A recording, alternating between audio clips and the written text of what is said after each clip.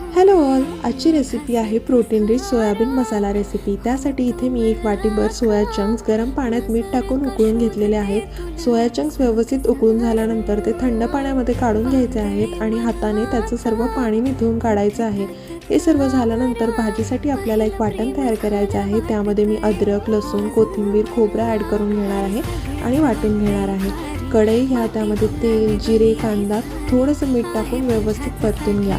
त्यानंतर टोमॅटो आणि आपण जे आत्ता वाटण बनवलं होतं ते ॲड करायचं आहे। ते देखील व्यवस्थित तेलामध्ये परतून घ्या। त्यानंतर 2 चमचे दही घेतलं आहे मी एका वाटीमध्ये। त्यामध्ये घरगुती मसाले ॲड करायचे आहेत। सर्व मसाले व्यवस्थित दह्यामध्ये मिक्स करून घ्या आणि आपल्या कढईत जे आपलं मसाला तयार आहे त्याला व्यवस्थित परतून झाल्यानंतर त्यामध्ये हे मसाले ॲड करायचे आहेत। सर्व मसाल्यांना व्यवस्थित तेल सुटल्यानंतर आपण ह्यामध्ये 1.5 वाटी गरम पाणी घालणार आहोत आणि त्यानंतर सोया चंक्सचे पाणी निथळून आपण ठेवले होते ते ॲड करायचे आहे। झाकण लावून आपण 2 मिनिटं वाफ काढून घ्यायची आहे आणि झालंच तर मग एवढ्या पटकन आणि सिंपल इन्ग्रेडियंट्समध्ये तुमची प्रोटीन रिच सोयाबीन मसाला रेसिपी तयार आहे। अशा सुंदर रेसिपीसाठी रेसिपी बाय रुहिला फॉलो करा। Thank you for watching.